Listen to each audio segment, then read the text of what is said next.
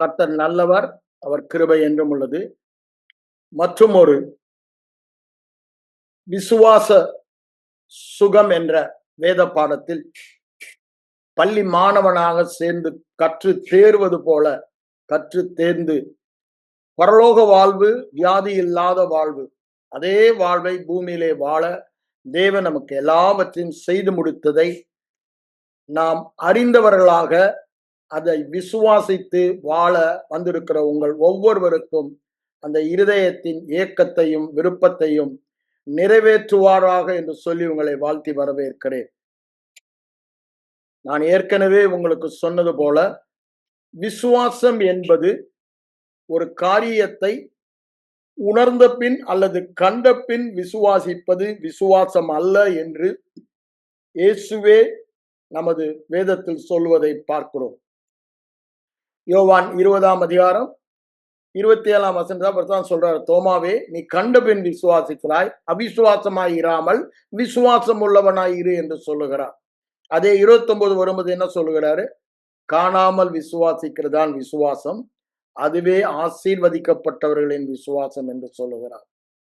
ஆகவே இந்த விசுவாசம் என்பது ஒரு காரியத்தை பெற்றுக்கொள்வதற்கு முன் நாம் பெற்றுக்கொண்டதாக இருதயத்தில் ஏற்றுக்கொள்ளுகிற ஒரு உறுதி, ஒரு நிச்சயம். ஆகவேதான் விசுவாசத்தை பற்றி சொல்லும் பொழுது எபிரேயர் 11:1 என்ன சொல்கிறார், விசுவாசமானது நம்பப்படுகிறவர்களின் உறுதி என்று தமிழ் வேதாம் சொல்லப்பட்டுள்ளது. ஆங்கிலத்தில் பார்க்கும் பொழுது conviction of things hope for or assurance of things hope for.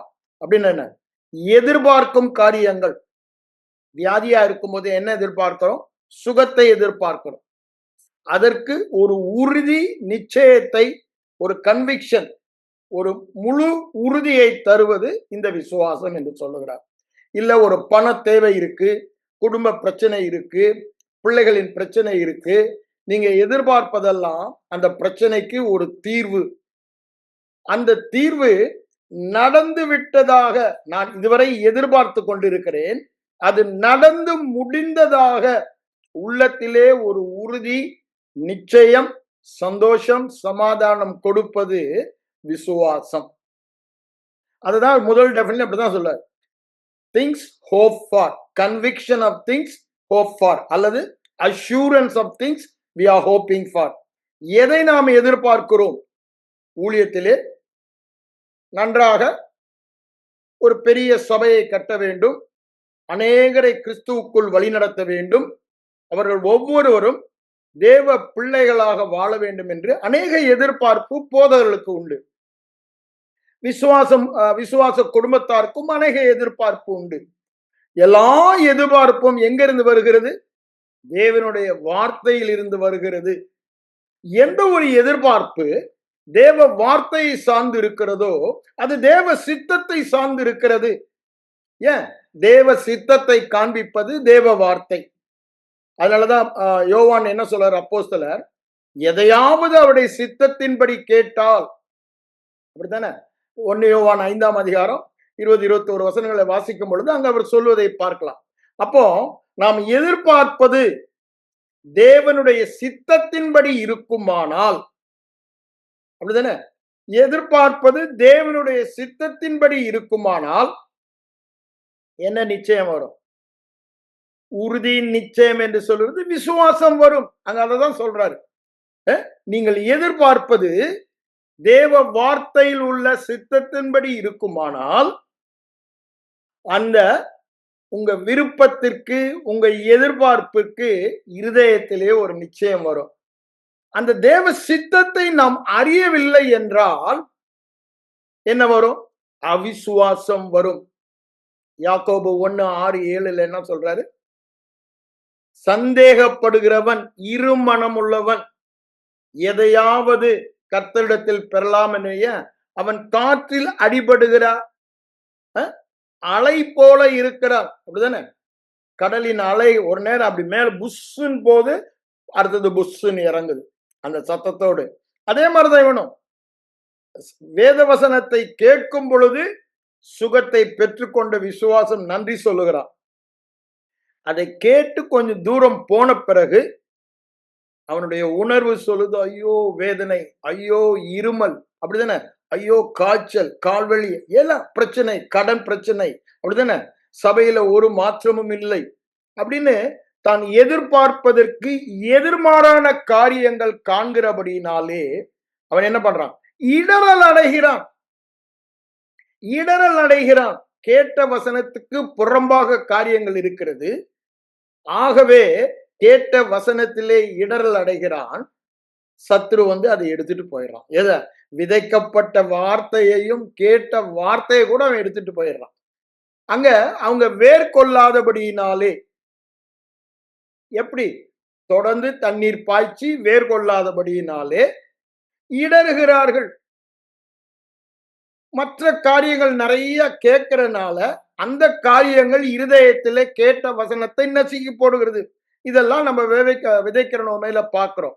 அப்ப பாருங்க, நான் இப்ப இங்க சொல்ல வந்தது, சித்தம் என்பதை தெளிவாய் அறிந்தால், அதை தொடர்ந்து கேட்டுக்கொண்டிருந்தால் இருதயத்துல என்ன வரும்? ஒரு உறுதி வரும். அப்ப சித்தத்தை அறிய வேண்டுமானால் தேவ வார்த்தையை நாம் அறிய வேண்டும். தேவ வார்த்தை அறியாதவர்கள் தேவ சித்தத்தை அறிய முடியாது. அதனாலதான் இன்னைக்கு சபையில பிரச்சனை. தேவ வார்த்தையை அறியல. என்ன சொல்றாங்க?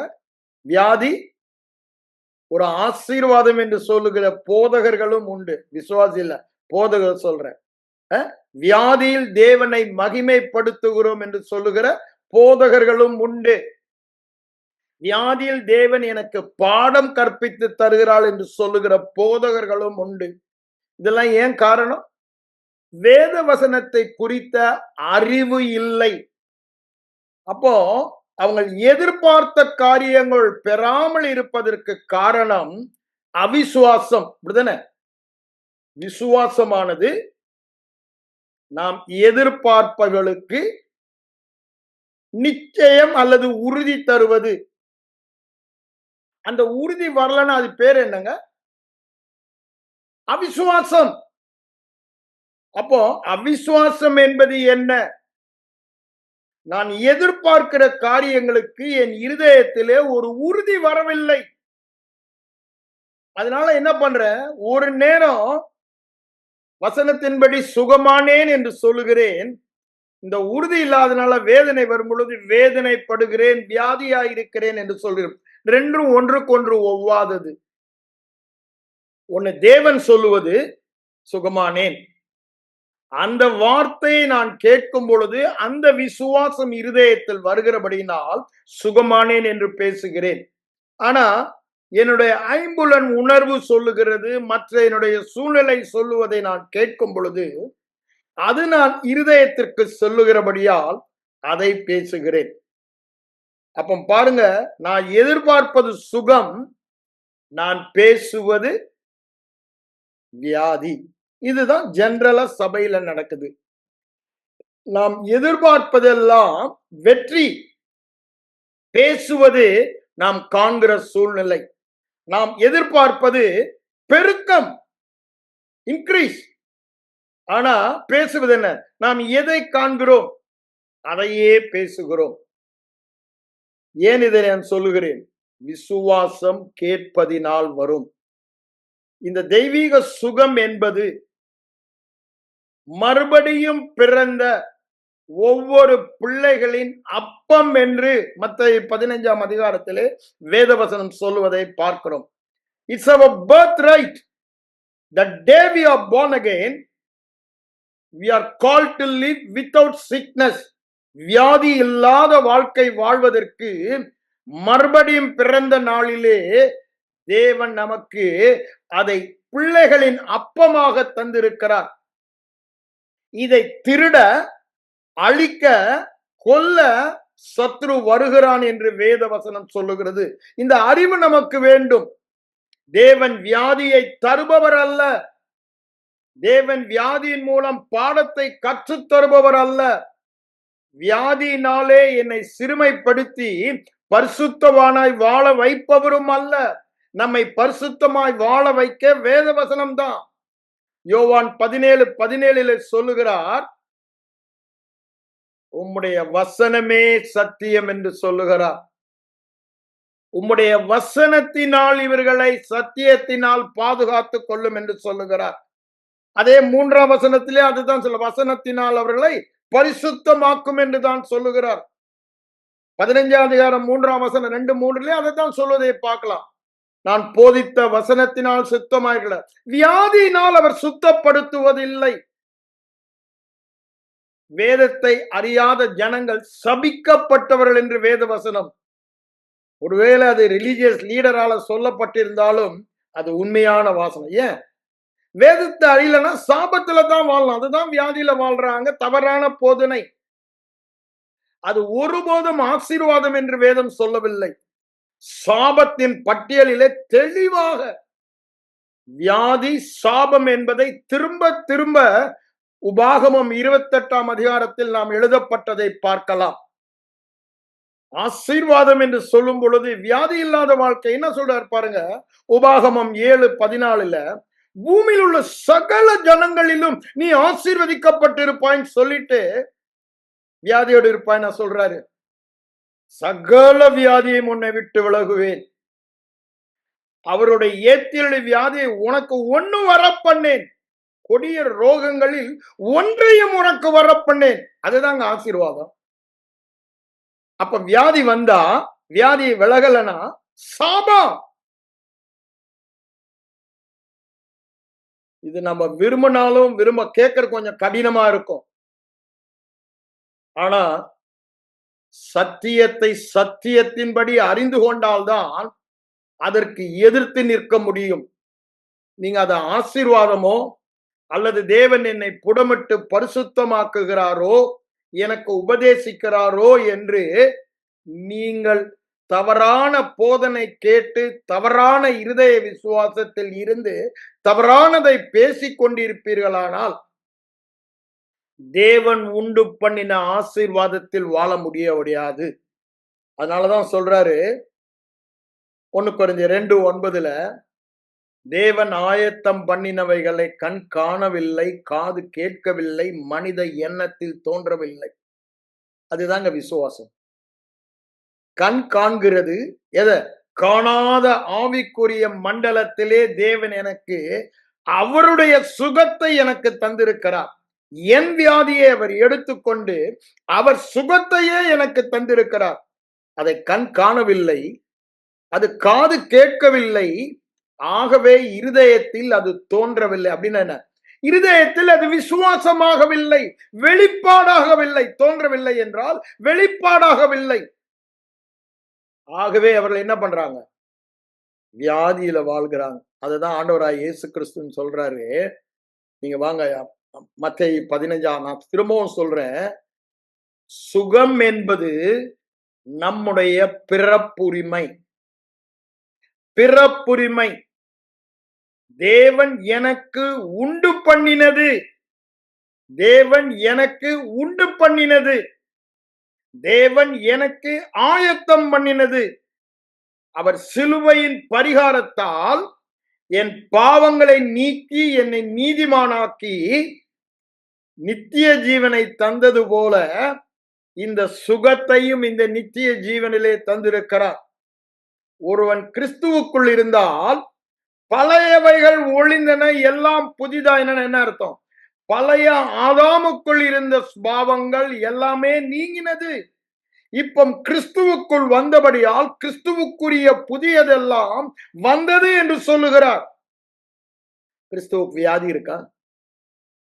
அப்ப எப்படி எனக்கு? ஏன் அது போனது? சாத்தானுடைய சரக்கு. வந்தது கிறிஸ்து. கிறிஸ்துவின் சுகம் எனக்கு வந்தது. நான் இருக்கும் எல்லை வியாதியின் எல்லை அல்ல. நான் இருளில் இல்ல, வெளிச்சத்தின் ராஜ்யம். அப்படிதானே? ஜீவனின் ராஜ்யத்தில் இருக்கிறேன், சுகத்தின் ராஜ்யத்தில் இருக்கிறேன். அதனால சொல்றேன், வெளிப்பாடு வேண்டும் என்று சொல்லுகிறேன். இந்த வெளிப்பாடு இல்லாதபடினால்தான் வேதவசனம் சொல்லுது. ஓசியா என்ன சொல்றாரு? சங்காரமாகிறார்கள். எதுல? வியாதினால சங்காரமாகிறார்கள், வெளிப்பாடு இல்லாதபடினாலே. ஏசாயா 5ஆம் அவர் என்ன சொல்றாரு? ஜனங்கள் வியாதியிலே சிறைப்பட்டு போகிறார்கள். சிறைப்பட்டு போகிறார்கள். நீதிமொழியில் வரும்போது அவர் என்ன சொல்றாரு? சீர்கெட்டு போகிறார்கள். சீர் வியாதியே இல்லாத சுகத்தில் வாழ வேண்டியவர்கள் அந்த சீரை இழந்து போனார்கள் என்று சொல்லுகிறார். எல்லாமே ஒரே காரணம் தான். என்ன? தேவன் நமக்கு ஆயத்தம் பண்ணினதை கண்கள் காணவில்லை, காது கேட்கவில்லை, மனித எண்ணத்தில் தோன்றவில்லை. ஏன்? வேத வசனத்துல நேரம் செலவழிக்கல. ஒரே காரணம் அதுதான். வேத வசனத்தோடு நேரம் செலவழிக்கும் பொழுதுதான் அந்த வசனம் நம்மோடு பேசும். பேசுகிற வசனம்தான் இருதயத்தில் விசுவாசத்தை உண்டாக்கும். இருதய விசுவாசம்தான் வாயில் விசுவாச வார்த்தையாக வரும். அந்த விசுவாசம்தான் கிறிஸ்துவாக வியாதியே இல்லாத பரிபூரண வெற்றி வாழ்க்கை வாழ வைப்பது விசுவாசம். ஆகவேதான் 1 யோவான் 5:4 என்ன சொல்றாரு? உங்கள் விசுவாசமே, திரும்பவும் சொல்ற, தப்பா நினைக்காதீங்க, உங்கள் ஜெபமே என்று சொல்லவில்லை. உங்கள் ஜெபமே என்று சொல்லவில்லை. சுகத்தோடு உலகத்தை ஜெயிக்கிறேன்னா உலகத்தின் வியாதி, ஏப்தியருக்கு வர பண்ணின வியாதியை உனக்கு வர பண்ணேன்னு அர்த்தம். அது உலகத்தின் மக்களுக்குரியது. உலகத்தின் மக்களின் கொடிய ரோகங்களில் ஒன்றையும் உனக்கு வர பண்ணேன் என்று சொல்லுகிறார். உலக மக்களுக்கு சார்ந்தது.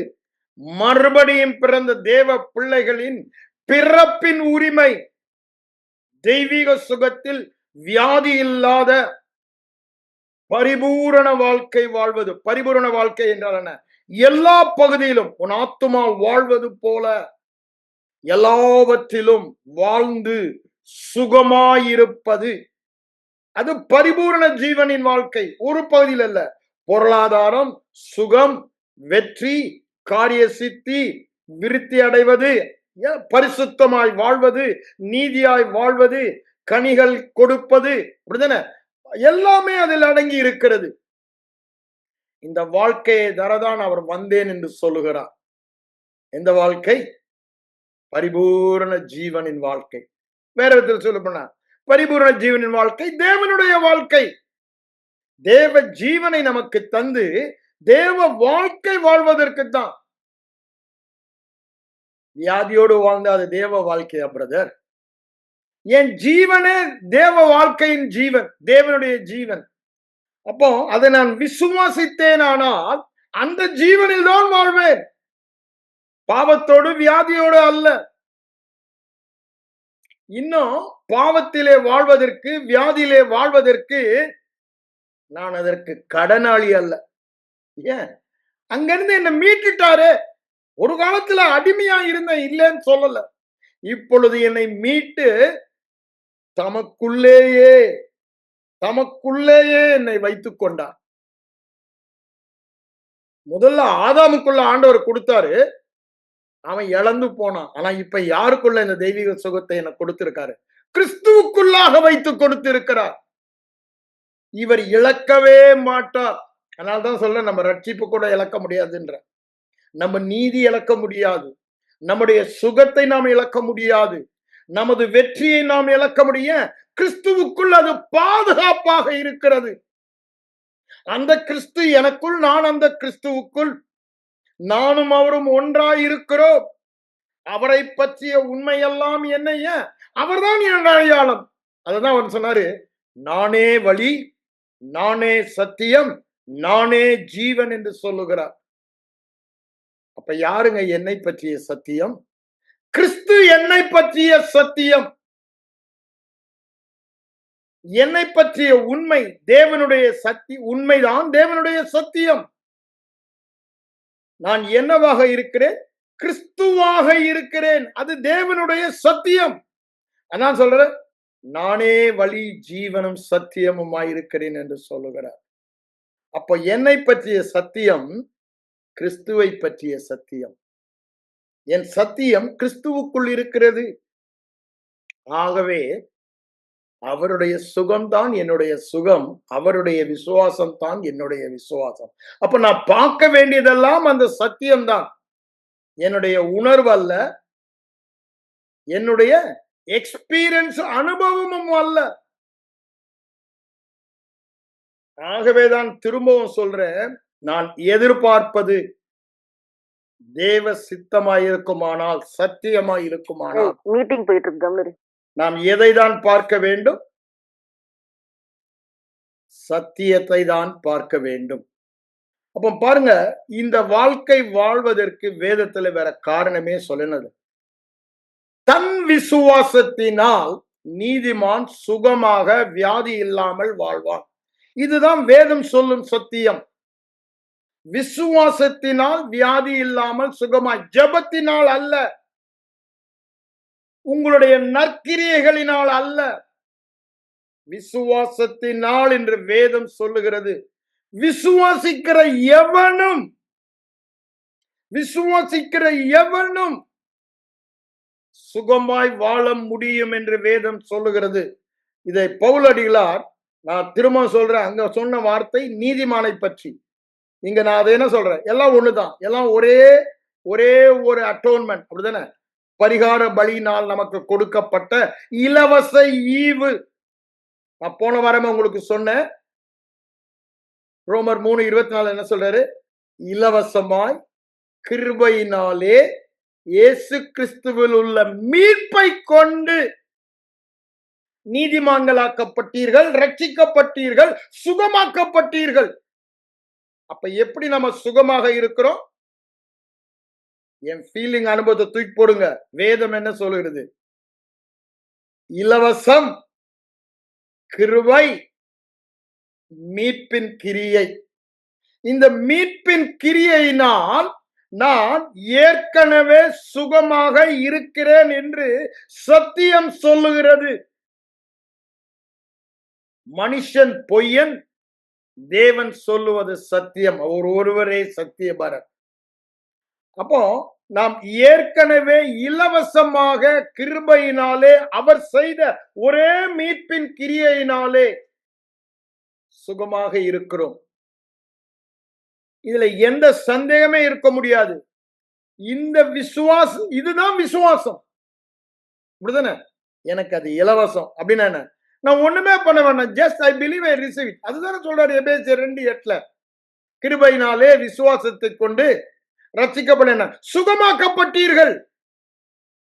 அதனாலதான் அப்போஸ்தலர் 13:39-40 வரும்போது அங்க என்ன சொல்றார் பவுல்? நீங்கள் எவைகளில் இருந்து விடுதலையாகி நீதிமானாக கூடாது இருந்ததோ அவைகளில் இருந்து விடுதலையாகி கிறிஸ்துவின் இந்த ஒரே பரிகார பலியினாலே, இயேசு கிறிஸ்துவை விசுவாசிப்பதினாலே நீதிமான் ஆகிறான் என்று உங்களுக்கு தெரிந்து இருக்க கடவது என்று சொல்லுகிறார். அதை நான் வேறு விதத்தில் இப்ப சொன்ன எப்படி சொல்லுவேன்? நீங்க எவ்வாறு, எந்த மனிதனும் வியாதி இல்லாத வாழ்க்கை இந்த உலகத்தில் வாழ முடியாது. கரெக்ட். ஏன்?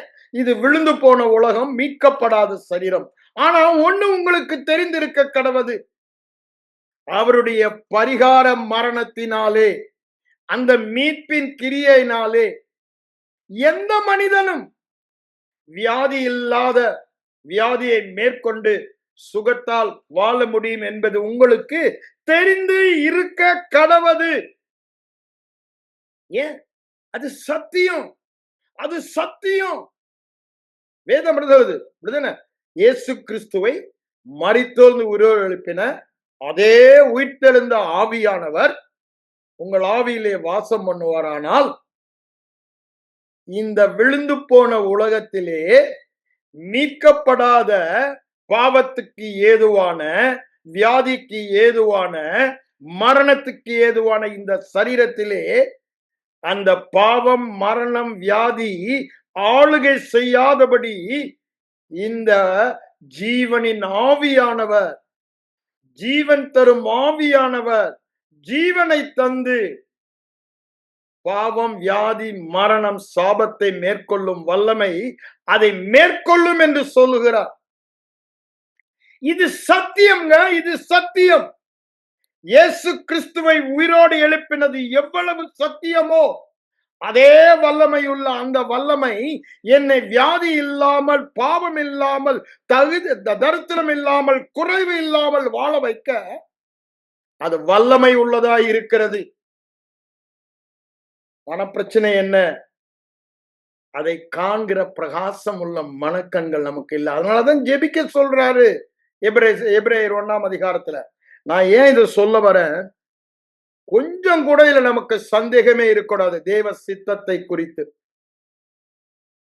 தேவனுடைய சித்தம் வியாதியோடு வாழ்வதல்ல, வியாதி இல்லாத வாழ்க்கை. அப்படிதான் சொல்றார். உலக தோற்றத்திற்கு முன்பே அங்க குற்றமற்றவனாக, மாசற்றவனாக, பரிசுத்தனாக அப்படின்னா என்ன அர்த்தங்க? வியாதியே இல்லாதவனாக, பழுது இல்லாதவனாக, வியாதி இல்லாதவனாக, அப்படிதானே? நோ ரிங்கிள்ஸ் இல்லாதவனாக உலக தோற்றத்திற்கு முன் என்னையும் உங்களையும் குறித்து அவர் முன்னறிந்து முன்குறித்து தெரிந்து கொண்டுள்ளார். அதனாலதான் திரும்ப திரும்ப சொல்றேன், I am destined to live without sickness. I am destined to live conquering sickness and ruling sickness, reigning sickness. All because Jesus once sacrificed on the cross. அது என்னை சார்ந்ததே அல்ல, என்னுடைய கிரியை சார்ந்ததே அல்ல. நான் ரொம்ப யோக்கியம், பரிசுத்தவான் அதனால் அல்ல. ஒரே காரணம் என்ன சொல்றாரு? விசுவாசிக்கிற எவனும். அப்படின்னா என்ன அர்த்தங்க? எவனும்னா என்னங்க? It's a law. It's a law. Whosoever it may be. திரும்ப திரும்ப அப்படித்தானே வருது. மார்க் 11:23 பாருங்க. எவனா இருந்தாலும் அப்படிதானே. அங்க ரோமர் 10:11-13 பாருங்க. எவனா இருந்தாலும், whoever it may be. யோவான் 3:16 whoever it may be. விசுவாசிக்கிறவன் எவனோ. What is that? It says it's a law. Faith is a law. Whoever operates in law, this law of faith, they will live sickness free life. அப்போ காரணம் என்னங்க? அறியாமைன்னு சொன்னல வேதவசனம். வேதவசனம் இந்த பிரமாணங்களை நமக்கு போதிக்கிறது. உலகத்தில் வாழ்வதற்கு இயற்கை பிரமாணங்கள் இருக்கிறது. நான் அதை அறிந்து வாழ வேண்டும். The law of specific gravity, புவி ஈர்ப்பு சக்தி, அது எனக்கு தெரியல. நான் அப்படியே நடந்தாங்கன்னா மொட்டை மாடில இருந்து உளுந்து சாக வேண்டும். It's dangerous. Ignorance is not excusable under the court. அப்படிதானே? heaven's court or worldly court also. ஐயா எனக்கு தெரியாதுங்க. தெரியாதில்ல, தெரியணும்.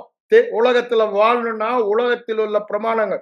எனக்கு எலக்ட்ரிசிட்டி பற்றி தெரியாதுங்க, ஆனா பேசிக் நாலேஜ் வேணும். அதை நம்ம உபயோகப்படுத்திக் கொள்ளலாம். தவறா டச் பண்ணிட்டா ஆளிய அடிச்சு கொல்லும்.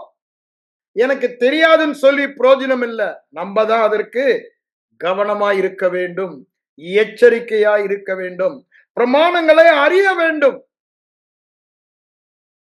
உலகத்தில் வாழ்வதற்கு பிரமாணம் இருக்கிற மாதிரி தேவர் ராஜ்யத்தில் வாழ்வதற்கும் பிரமாணம் இருக்கிறது. அந்த பிரமாணத்தின்படிதான் வாழ வேண்டும். அந்த பிரமாணத்தின்படி வாழாமல் உலக பிரமாணம், டூ குட் கெட் குட், உலக பிரமாணம், நன்மை செய்தால் உனக்கு நன்மை கிடைக்கும், கேடு செய்தால் உனக்கு உலகம். இங்க என்ன சொல்றாரு? அந்த ஒருவருடைய நன்மையினாலே அவர் என் தீமையை எடுத்துக்கொண்டபடியினால் எல்லா நன்மையும் எனக்கு வந்தது என்று சொல்றார். பரிகாரம் இல்லைன்னா பரிமாணம். Super natural exchange took place on the cross. இது தேவர் ராஜ்யத்தின் சத்தியம்.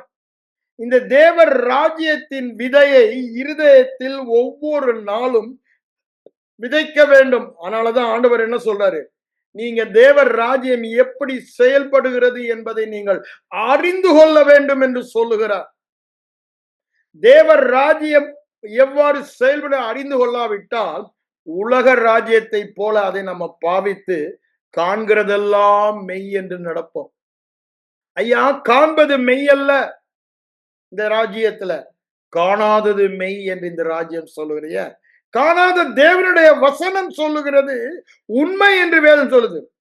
வேத வசனம் சொல்லவில்லை என்றால் காணாதது மெய்யாகாது. அதையும் திரும்ப சொல்றேன்.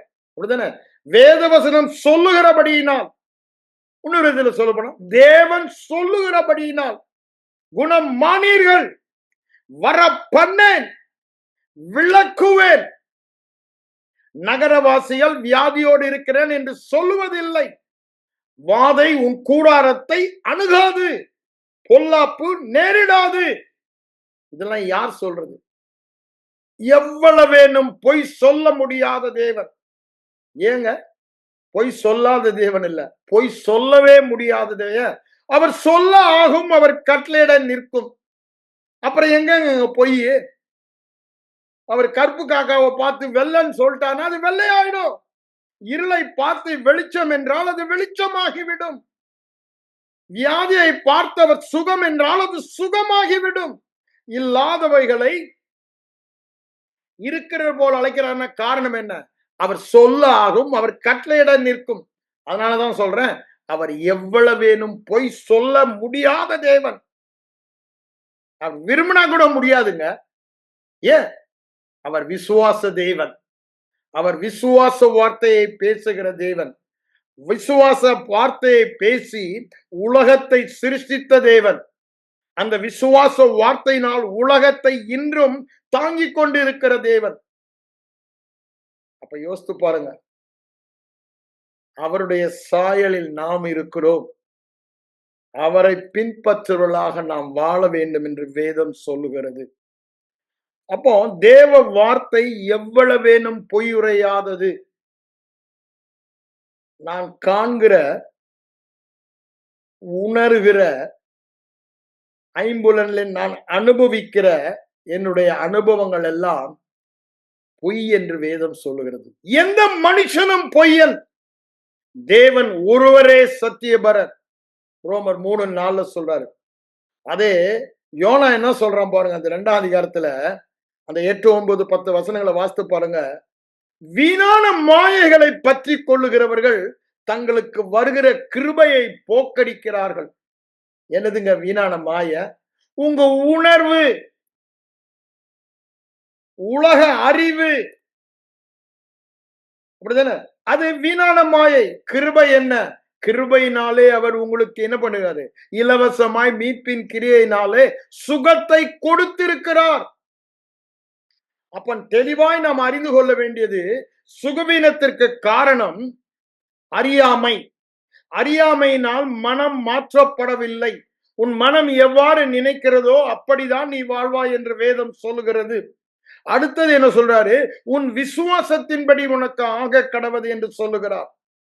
நீ வேத வசனத்தை விசுவாசித்து வியாதி என்னை அணுக முடியாது, வியாதியை என்னை விட்டு விலக்கி விட்டார், பூமியில் உள்ள சகல ஜாதிகளிலும் நான் ஆசீர்வதிக்கப்பட்டவன், நான் வியாதியோடு இருக்க மாட்டேன். ஏன்? என் வியாதியை என்னை விட்டு விலக்குகிறார், ஒரு வியாதியும் எனக்கு வர பண்ண மாட்டேன் என்று சொல்லுகிறார். வர பண்ணேன் என்று சொல்லி இருக்கிறார். அப்ப என்னங்க அர்த்தம்? தேவன் சொல்ல ஆகும், கட்டளையிட நிற்கும். தழும்புகளால் குணம் மானீர்கள் என்று சொல்லி இருக்கிறார்.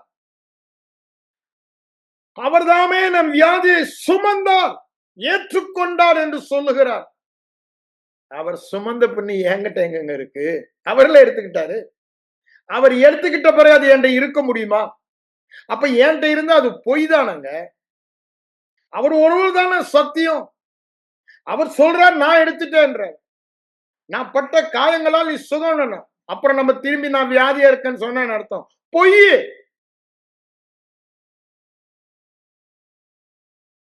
நிச்சயமா சொல்லுவேன், நாம் பேச வேண்டியதெல்லாம் சத்தியம். இது ஒருவேளை ரியலா உண்மையாக உங்களுக்கு இருக்கலாம். வியாதியோடு இருக்கிறது, வியாதியோடு வாழ்வதெல்லாம் அனுபவபூர்வமாக. ஆனால் சத்தியத்தையும் அறிவீர்கள், சத்தியம் உங்களை சுகமாக்கும், சத்தியம் உங்களை வியாதி இல்லாதவர்களாக வாழ வைக்கும். உங்கள் ஃபீலிங் அல்ல, உங்கள் உணர்வுகளின் உண்மை அல்ல, உங்கள் அனுபவங்களின் உண்மையும் அல்ல. சத்தியம். சத்தியம் என்றால் என்ன? சத்தியம் என்றால் என்ன? தேவன் கிறிஸ்துவின் மூலமாய் செய்து முடித்ததினால் நான் என்னவாக இருக்கிறேன், அதுதான் சத்தியம். சிலுவையில் அவர் என்ன செய்தார்? அது கிருபை. அந்த கிருபையினால் பிதா என்னை எவ்வாறு பார்க்கிறார், நான் என்னவாக இருக்கிறேன் பிதாவின் பார்வையில். அவர் சிலுவையில் என் பாவத்தை சுமந்தபடியால் கிறிஸ்துவின் நீதியாக இருக்கிறதாக என்னை பார்க்கிறார். சிலுவையின் வியாதியை சுமந்தபடியால், ஏற்றுக்கொண்டபடியால் என்னை கிறிஸ்துவின் சுகத்தில் இருப்பவனாக, விசுவாசத்தில் இருப்பவனாக தேவன் என்னை பார்க்கிறார். தேவன் பார்க்கிற விதமாய் நான் பார்ப்பதுதான் விசுவாசம். வேத வார்த்தையில் கிறிஸ்துவுக்குள் நான் யார் என்பதை பார்ப்பதுதான் விசுவாசம். ஏன்? அதுதான் தேவனது விசுவாசம். தேவனது விசுவாசம் என்ன? அவர் இருதய நிறைவினால் வாயில் பேசுகிறார். தேவதாசர்கள் அதை கேட்டு ஆவியானவரால் ஏவப்பட்டு வேத வசனத்தை எழுதி நம்முடைய கையில் கொடுத்திருக்கிறார்கள். அது எதை காண்பிக்கிறது? தேவனுடைய இருதய விசுவாசம். அவர் வாயில் பேசுகிறார், அதை கேட்டு எழுதி நமக்கு கொடுத்திருக்கிறார்கள். இன்னொரு விதத்தில் சொல்ல போனால் அது தேவனுடைய வெளிப்பாட்டு அறிவு. சர்வத்தையும் அறிந்த சர்வ ஞானம் உள்ள தேவன் சொல்லுகிறார், நீங்கள் குணமானீர்கள் என்று. அறகுற அறிவு நீங்களும் நானும், அப்படிதானே? உலக அறிவிலும் கம்மிதான், ஆவிக்குரிய அறிவிலும் கம்மிதான். அதை பிடிச்சுக்கிட்டு நான் வியாதியா இருக்கேன்னு சொன்னா எவ்வளவு புத்தினோம். சர்வத்தையும் அறிந்தவர் சொல்லுகிறார், நீ சுகமானாய். அதனாலதான் நானும் தைரியமா இன்னைக்கு உங்களை பார்த்து சொல்லுகிறேன், நீங்கள் சுகமானீர்கள். நீங்கள் வியாதியோடு இருப்பதில்லை. வியாதியை உங்களை விட்டு விலக்கி விட்டார். ஏன்? நான் சொல்லுகிற வார்த்தை ஆவியாயும் ஜீவனுமாய் இருக்கிறது என்று நான் சொல்லுகிறேன். ஏன்? இயேசு சொன்னதை நான் சொல்லுகிறேன். ஏன்? அவர் சொன்னதை சொல்லதானங்க என்ன அழைத்தாரு. To imitate him as dear children. imitate him தான் சொல்றாரு. எபேசியர் எடுத்து படிச்சு பாருங்க. சிறு குழந்தைகளைப் போல தகப்பனை அப்படியே நீங்க பின்பற்றுங்கள் என்று சொல்லுகிறார். அவர் சொல்லுகிறார், நான் சொல்லுகிற வார்த்தை, நான் பேசுகிற வார்த்தை ஆவியாயும் ஜீவனுமாய் இருக்கிறது. இப்ப நான் அதை சொல்றேன். நான் பேசுகிற வார்த்தை என்ன? நீங்களும் நானும் சுகமானோம். சுகமாக போவதில்லை, ஏற்கனவே சுகமானோம். விசுவாசம் எப்பொழுதுமே நடந்து முடிந்தது, எதிர்காலம் அல்ல, நிகழ்காலம். அது ஜீவனுள்ள வார்த்தை, அது ஆவியா இருக்கிறது. நீங்கள் சுகமானதை ஒருவேளை நான் காணவில்லை, ஆனால் தைரியமாக நான் இப்பொழுது உங்களை பார்த்து சொல்லுகிறேன். காரணம், ஆவி மண்டலத்திலே தேவன் பார்ப்பது, தேவன் பார்த்தவர் சொல்ல எழுதி வைக்கப்பட்ட வார்த்தை. ஆகவே தைரியமாக நான் உங்களுக்கு சொல்லுகிறேன். என்ன சொல்லுகிறேன்? நீங்கள் சுகமானீர்கள். நீங்கள் வியாதியோடு இருக்க மாட்டீர்கள். வியாதி உங்களை அணுகாது. வியாதி உங்களை விட்டு நீக்கிவிட்டார். ஏப்திற்கு வரப்பண்ணின பொல்லாத கொடிய ரோகங்கள் ஒன்றும் உங்களுக்கு வருவதில்லை. நீங்க எங்க இருக்கீங்க? எருசலேம் நகரவாசிகள், நீங்கள் வியாதியோடு இருப்பதில்லை என்று தேவன் சொல்லுகிறபடியினால் நான் சொல்லுகிறேன். இப்பொழுது நான் சொல்லுகிற வார்த்தை கேட்கிற ஒவ்வொருவருக்கும் ஜீவனாயும் ஆவியாயும் வல்லமையாயும் இருக்கிறபடியினால் அவர்கள் வியாதியிலிருந்து விடுதலை பெறுகிறார்கள் என்று இயேசுவின் நாமத்தில் நான் சொல்லுகிறேன். இது வேத வசனத்தின் உண்மை. அவர் என்ன சொல்லுகிறாரோ அதை நாம் சொல்ல வேண்டும். என்ன சொல்றாரு? ஒண்ணும் கூட மார்க் 11:23 என்ன சொல்றாரு? அதுதான் the law of faith. இப்ப நான் faith பத்தி சொல்லி கொண்டிருந்தேன்ல. what is law of faith? எவனாகிலும் அப்படின்னா என்ன? யாரா இருந்தாலும், எப்படிப்பட்ட சூழ்நிலை இருந்தாலும், whosoever, whatsoever, wherever, மூணுமே போட்டுடலாம், அப்படிதானே? எவனா இருந்தாலும், எப்பேற்பட்ட சூழ்நிலை இருந்தாலும், எங்கே இருந்தாலும். இப்ப பாவியை எடுத்தீங்கன்னா, எப்பேற்பட்ட போன வாரமே சொன்ன கொடூரமான பாவியா இருந்தாலும் விசுவாசித்தானா பாவம் நீக்கப்பட்டு நீதிமானாக. அப்ப அதேதான், எப்பேற்பட்ட வியாதி உள்ளவனாய் இருந்தாலும் விசுவாசிக்கிற ஒரே காரணத்தினாலே சுகம் பெற்று வியாதி இல்லாமல் வாழ்வான். எப்பேற்பட்ட தோல்வியான கடன் பிரச்சனை தோல்வியில இருந்தாலும் விசுவாசி, அதான் வேதம் சொல்லும் சத்தியங்க. It's a law. Whoever, whatsoever be his situation, wherever he is, it will operate in the same way. Law என்ன அப்படிதான் ஆரம்பிக்கும். ஸ்பெசிபிக் கிராவிட்டி லா, புவி ஈர்ப்பு பிரமாணம் எல்லாருக்கும் அப்படித்தான் வேலை செய்யும். மின்சார பிரமாணம் எல்லாருக்கும் அப்படித்தான் வேலை செய்யும். ஐயா ரோட்ல போறோம், சிக்னல் லைட் எரியுது, ரெட். ஏ நான் spiritual being, I am a spirit man. I don't walk by sight, I walk by faith அப்படின்னு போனீங்கன்னா என்ன ஆகும்? அடி ரொம்ப முடிஞ்சு. ஏன்? இயற்கை உலகத்தில் வாழ்வதுடைய பிரமாணத்தை அங்கு நாம் மீறுகிறோம். இங்க என்ன சொல்றாரு? ஆவிக்குரிய பிரமாணம் விசுவாசம், அதை மீறுகிற அப்புறம் எப்படி சுகத்துல வாழ முடியும்? டேஞ்சர், டேஞ்சர் தான் அது. இந்த பிரமாணம் யாரா இருந்தாலும் கிரியை செய்யும். விசுவாசத்தினால் நீதிமான் சுகமாய் வாழ்வான்.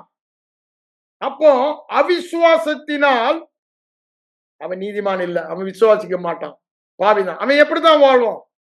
வியாதியில் வாழ்வான். அவன் விசுவாசத்தின்படி அவனுக்கு ஆகும் என்று சொல்ல. It's a law. அதனால்தான் ரோமர் 3:27 என்ன சொல்றாரு? விசுவாச பிரமாணத்தினாலே நம்ம எப்படி ரட்சிக்கப்பட்டோம், எப்படி நீதிமானாக்கப்பட்டோம், எப்படி சுகமாக்கப்பட்டோம், எப்படி வெற்றியாக வாழ முடியும், எப்படி வியாதி விசுவாச பிரமாணத்தினாலேயே, கிரியை பிரமாணம் அல்ல. அப்ப இந்த விசுவாச பிரமாணத்தை கற்று தேர வேண்டியது நம்முடைய வேலை. You must study what is this law of faith and understand what the law of faith says. Ignorance will result in fatality. இந்த பிரமாணத்தை அறியவில்லை என்றால் தவறான வாழ்க்கை தான் வாழ்வோம். அதுதான் வியாதியுள்ள வாழ்க்கை என்று சொல்லுவோம். அப்ப இந்த பிரமாணத்தை அறிந்தவன், இந்த பிரமாணத்தில் செயல்படுபவன் வியாதி இல்லாத வெற்றிகரமான வாழ்க்கை வாழ முடியும். அப்போ நம்ம தவறுவதற்கெல்லாம், வியாதியோடு வாழ்வதற்கெல்லாம் காரணம் ஒன்னே ஒண்ணுதான். என்ன? புதிய நியூ கவர்னன்ட்ல, புது சிருஷ்டி, இந்த விசுவாசத்தில் வாழாத ஒரே காரணம். No other reason. வேதத்தை நல்லா படித்து பாருங்க. உங்கள் விசுவாசமே. ஆனா நமக்கு என்ன போதிச்சுட்டாங்க? ஜெபம். உன்னை நல்லா புரிஞ்சுக்கணும். நான் எதை சொல்லல, எதை சொல்றேன்றது நீங்க புரிஞ்சுக்கீங்க. உங்க விசுவாசமே சுகம் என்று சொல்லுகிறேன், ஜெபம் சுகம் அல்லன்னு சொல்றேன். உடனே ஐ எம் நாட் அகைன்ஸ்ட் பிரேயர்னு சொல்லாதீங்க. நான் சொல்லல, நான் ஜெபம் பண்ணாதீங்கன்னு சொல்லல. ஜெபம் என்பது ஆண்டவரிடத்து போய் சுகமாக்கன் பிச்சை கேட்பதல்ல. அதை தான் நான் சொல்றேன். ஜெபம் என்பது தேவனோடு உறவு கொள்ளுவது, கொஞ்சி குழாவுவது. அந்த உறவு கொள்ளுகிறது ஜெபம். இல்லைன்னா தேவன் சொன்னதை திரும்பி நாம் சொல்லுவது ஜெபம். ஆகவே நான் சொல்ற ஜெபம் எதை சொல்றேன், எது ஜெபம் அல்ல என்று சொல்லுகிறேன்? பிச்சை எடுக்கிறது, பெகஸ், பிச்சை எடுக்கிறது, கெஞ்சி கூத்தாடி அழுகிறது. அந்த ஜெபம் சுகம் என்று வேதம் சொல்லல. எதுதான்? விசுவாசம் உள்ள ஜெபம். அதனால நான் சொல்லாததை தண்டர்சிங் அகைன்ஸ்ட் பிரேயர் சொல்லாதீங்க. ஜெபம் என்பது என்ன என்பதை தெரிந்து கொள்ள வேண்டும். இப்ப நம்முடைய படிப்பு அது இல்ல. நான் எதை சொல்ல வரேன்? உங்க ஜெபம் உங்களை குணமாக்காது. ஆனா சபையில அப்படி ஒரு பாரம்பரியத்தை கொண்டாண்டாங்க. எல்லா போதகரும் அதை மிஸ்டேக் பண்றாங்க. ஜெபம் அல்ல, ஜெபம் என்று சொல்வது நான் பெட்டிஷன் பிரேயரை சொல்றேன். கெஞ்சி கூத்தாடி பிச்சை எடுக்கிற பிரேயரை சொல்றேன். அழுது புலம்பி இல்ல ஆண்டவரோட நான் கூட சொன்னேன்ல என்னுடைய சாட்சியில ஃபைல்ஸ்ல ஆண்டவரோட சண்டை போட்டேன். அழுதேன், புலம்புனேன், ஆண்டவரோட சண்டையும் போட்டேன். அது ஜெபம் அல்ல. அது என்னை குணமாக்கவில்லை. ஆனா இந்த வேத வசனத்தில் உள்ள வெளிச்சமாகிய விசுவாசம் என்னை குணமாக்கினது. அததான் உங்கள் விசுவாசமே உலகத்தை. அப்போ இந்த விசுவாசத்தை கற்றுத்தேர வேண்டும். விசேஷமாக அது பிரமாணமாய் இருக்கிறபடினால அதை நான் அறியாமல் இந்த உலகத்தில் வாழ்ந்தால் தேவ ராஜ்யத்தில் நான் வாழவே முடியாது. தேவ ராஜ்யத்தின் வாழ்க்கை வெற்றி வாழ்க்கை தான். அங்க தோல்வியே இல்லை. Unbeatable, no defeat life, no sickness life. ஆனா அதை வாழ்வதற்கு ஒரே ஒண்ணுதான் சொல்றாரு, இந்த விசுவாசம் என்னும் பிரமாணத்தை நான் கற்று தேர வேண்டும். இதை நான் அறியலனா அதுல வாழ முடியாது. அப்ப தேவையெல்லாம் இந்த விசுவாசத்தை நன்றாக நாம் கற்று தேர வேண்டும். அதனாலதான் ஆண்டவர் கூட சொல்றாரு, நான் போன வாரம் இதான் ஆரம்பிச்சேன், இந்த வாரமா நான் வரக்குள்ள டைம் ஓடிடுது. இது மத்தேயு 13ஆம் அதிகாரத்துல சொல்றாரு. எதை சொல்றாரு? விதைக்கிறவன் ஓமை. தேவர் ராஜ்யத்தின் ரகசியங்கள் உங்களுக்கு அருளப்பட்டது. என்ன ரகசியம்? How to operate, how this kingdom operates, how this kingdom functions. அததான் அங்க சொல்றாரு மத்தேயு 13ல 11ஆம் வசனம் அதுதானே சொல்றாரு. அப்போ அதை நாம் அறிந்து கொள்ள வேண்டும். நான் தயவு செய்து சொல்றேன், அடுத்த திங்கட்கிழமை நான் வர்றதுக்குள் நம்ம சேர்ந்து வேதத்தை தியானிப்பதற்கு முன்பாக ஒரு காரியத்தை நாம் தெளிவாக செய்ய வேண்டும். என்ன? மார்க் 4ல சொல்றாரு, மத்தேயு 13ல சொல்றாரு, லூக்கா 8ல 3 காஸ்பல்லையும் இதை சொல்றாருன்னா அதோடைய மகத்துவத்தை பாருங்க. The law of sowing and reaping. அப்போ அந்த விசுவாச பிரமாணத்தை தான் அங்க அவர் சொல்றாரு. அப்படிதானே? அந்த விசுவாசம் எப்படி உற்பத்தி செய்ய முடியும்? அதாவது விசுவாசம் கொடுக்கப்பட்டது, அதை எப்படி வாழ்க்கையில நாம் அனுபவிக்க முடியும்? Make it practical. How to develop it, அப்படிதானே? ஹவு டு பில்ட் இட், அதுதான் சொல்றாரு. அத நம்ம தெளிவாய் புரியும். வேற வழியே இல்லைங்க. தட்ஸ் த ஒன்லி வே.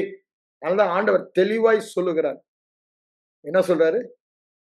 கேட்கிற நீங்கள் பாக்கியவான்கள். அந்த 15-16 வசனங்களை வாசித்து பாருங்க. காண்கிற கண்களும் கேட்கிற காதுகளும் இருதயத்திலே தோன்றுகிற இருதயம் உள்ளவர்கள் பாக்கியவான்கள். அததான் இங்க சொல்றாரு 1 கொரிந்தியர் 2:9. தேவன் நமக்கு உண்டு பண்ணினது, தேவ ராஜ்யத்தில் உண்டு பண்ணினது வியாதியே இல்லாத வாழ்க்கை, வியாதியை ஜெயித்த வாழ்க்கை, வியாதியை ஓட ஓட விரட்டி சுகமாக்குகிற வாழ்க்கை.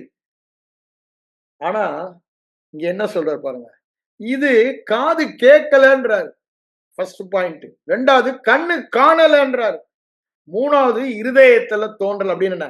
இருதயத்துல வெளிப்பாடாக வரல. அந்த வெளிப்பாடு வந்தா தானே அந்த கன்விக்ஷன் வரும். Conviction of things which we hope for, assurance of things which we have not seen. எப்ப வரும்? இந்த இந்த இருதயத்துல தோன்றும் போதுதான். அததான் அவர் அங்க சொல்றாரு. அந்த மத்தேயு 13ஆம் அதிகாரத்தில் அவர் சொல்லும் பொழுது விதைக்கிறவன் பற்றி உங்களுக்கு ஒரு ரகசியம், இந்த ரகசியம்ன்றாரு. It's a key, it's a secret I am revealing you how to live in this kingdom. இந்த கிங்டத்துல வாழ்வது வெரி சிம்பிள். ஜனங்க அதை காம்ப்ளிகேட் பண்ணிட்டாங்க. யுவர் ஒபீடியன்ஸ் நிறைய கண்டிஷன் போட்டு, ஒரு கண்டிஷனுமே இல்ல. எல்லா நிபந்தனையும் கண்டிஷனா அவர் முடிச்சிட்டாரு. நமக்கு கொடுக்கிற ஒரே அவர் முடிச்சிட்டேன்னு சொன்னதை விசுவாசிக்கிற ஒரே ஒரு கண்டிஷன் தான் நமக்கு கொடுத்திருக்காரு. வேற கண்டிஷனே இல்ல. எல்லா நிபந்தனையும் அவர் நிறைவேற்றி விட்டார். இன்னைக்கு அவருடைய கீழ்ப்படிதல் தான் என்னுடைய கீழ்ப்படிதல். அவருக்கு என்ன உண்மையோ அது என்னை பற்றிய உண்மை, வித்தியாசமே இல்லை. அப்ப என்னுடைய வாழ்க்கையில தேவையெல்லாம் என்னங்க? விசுவாசம் ஒன்று மாத்திரம்தான். அதனாலதான் எவரு மகளை எழுப்புறதுக்கு முன்னாடி என்ன சொல்றாரு? செத்து போயிட்டான் நியூஸ் வந்தது. பயப்படாத, பயப்படாத. லூக்கா 8:50 எடுத்து பயப்படாத, விசுவாசம் உள்ளவனாய் மாத்திரம் இரு. Only believe. நோ அதர் கண்டிஷனுங்க. செத்த ஆளை உயிரோடு எழுப்புறக்க ஒரே கண்டிஷன் தான். என்ன? Only believe. Only believe. பெரும்பாலுள்ள ஸ்திரியை பார்த்து என்ன சொல்றாரு? உன் விசுவாசம் உன்னை சுகமாக்கினது. 100க்கு அதிபதி உன் விசுவாசத்தின்படி உனக்கு ஆக கடவுது. அங்க 2 குருடர்கள் மத்தேயு 9:29 வராங்க. நீங்கள் விசுவாசித்தபடி உங்களுக்கு ஆக கடவுது.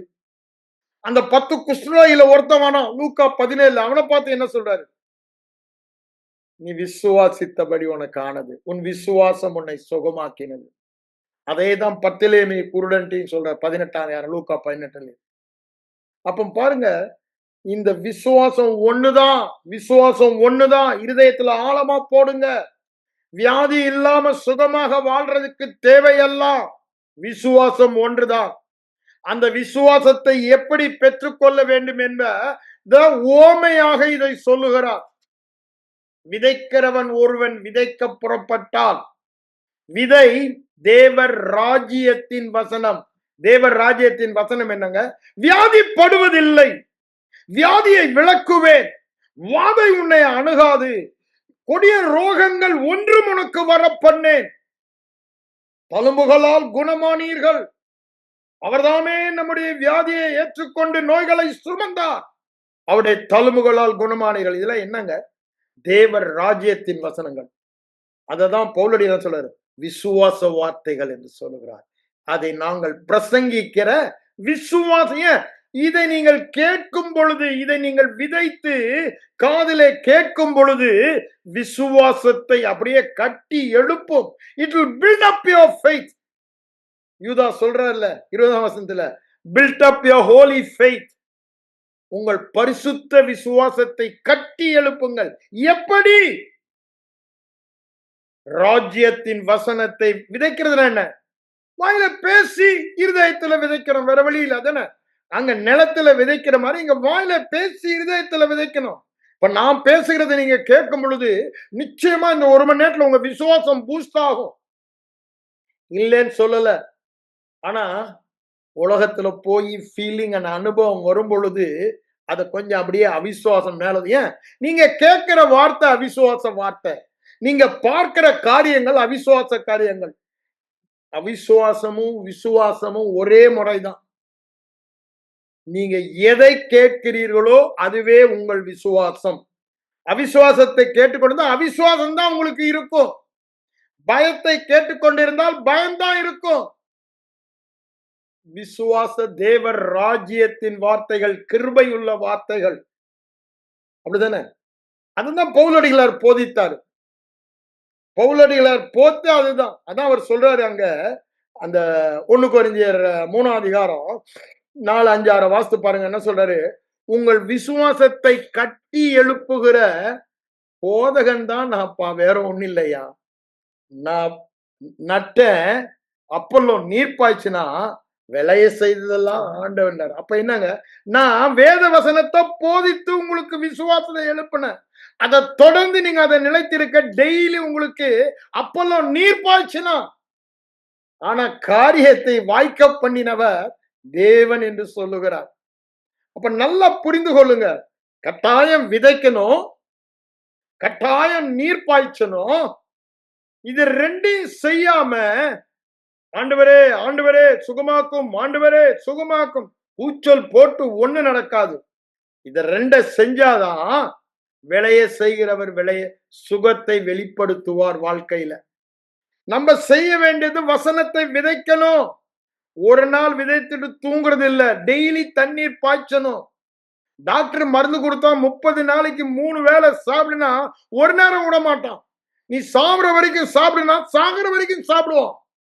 ஆனா இந்த வேத வார்த்தையாக மருந்தை எடுத்துக்கொள்ளுன்னு ஆண்டவர் சொன்னார்னா, நேத்து எடுத்த ஆண்டவரே 1 நேரம், 2 நேரம், 3 நாள் ஒண்ணும் நடக்கல. ஏங்க இந்த உலக டாக்டர் சொல்றத நீங்க அப்படியே விசுவாசித்து செய்றீங்க. நம்ம பரம வைத்தியர் சொல்றாரு, அவர் என்ன சொல்லுகிறாரோ அதன்படி செய்வதுதான் கிறிஸ்தவ வாழ்க்கையின் சாராம்சமே. என்னங்க? Hearing what he says.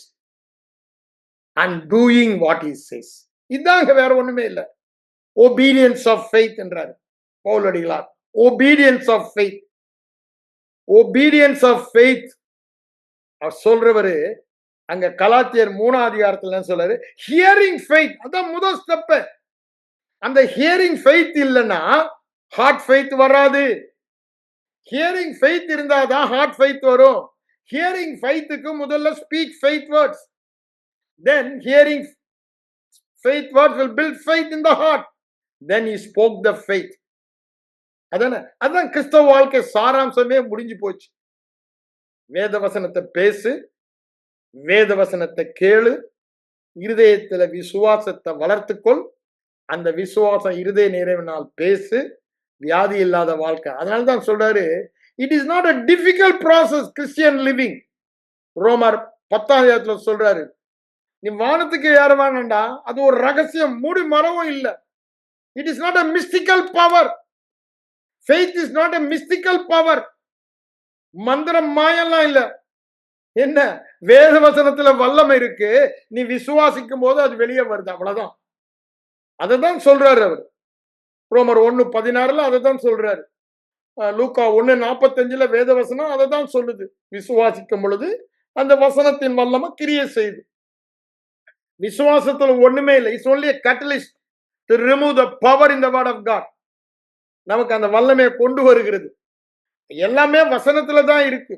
ஏன், வசனம் தான் தேவன், தேவன் தான் வசனம், தேவ வார்த்தை.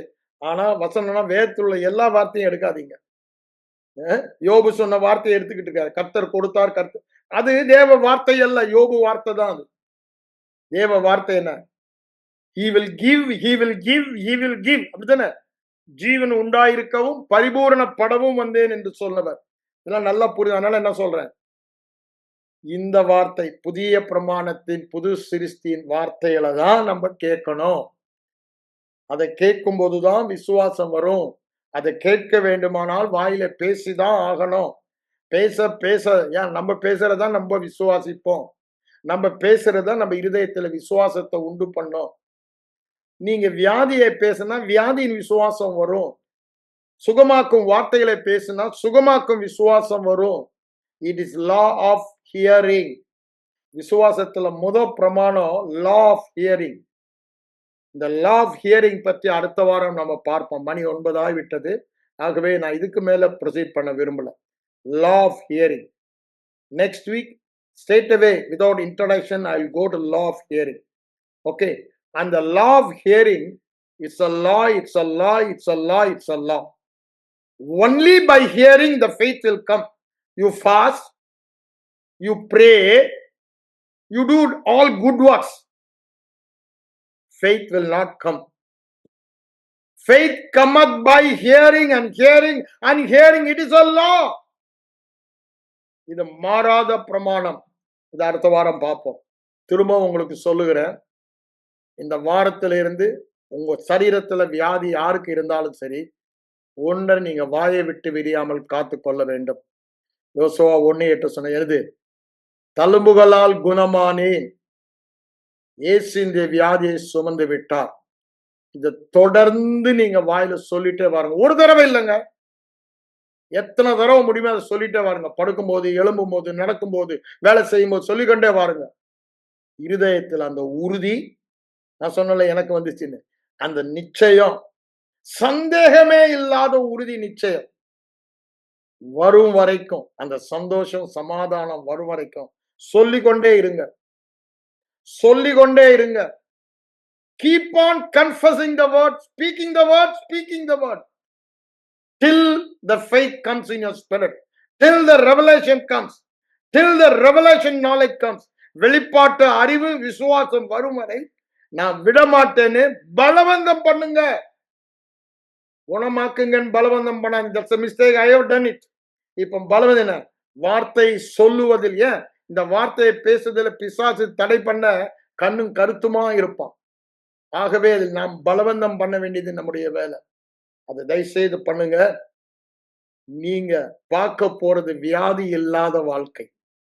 நீங்கள் செய்ய போவது வியாதியஸ்தர்களை சுகமாக்குவது.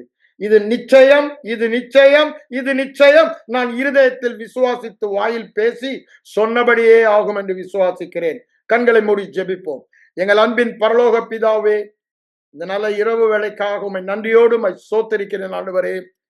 இந்த வார்த்தையை கேட்கிற ஒவ்வொரு இருதயத்திலும் நீர் விசுவாசத்தை கட்டி எழுப்பி ஆண்டவரே, அவர்கள் வியாதி இல்லாத வாழ்க்கை வாழ்ந்து அநேகருக்கு சுகத்தை கடத்துபவர்களாக, சுகத்தை பேசுபவர்களாக, பேசியபடியே ஆகும் என்ற விசுவாசத்தில் வாழ்வார்களாக என்று சொல்லி நான் ஜெபிக்கிறேன். இயேசுவின் மூலம் பிதாவே, ஆமென்.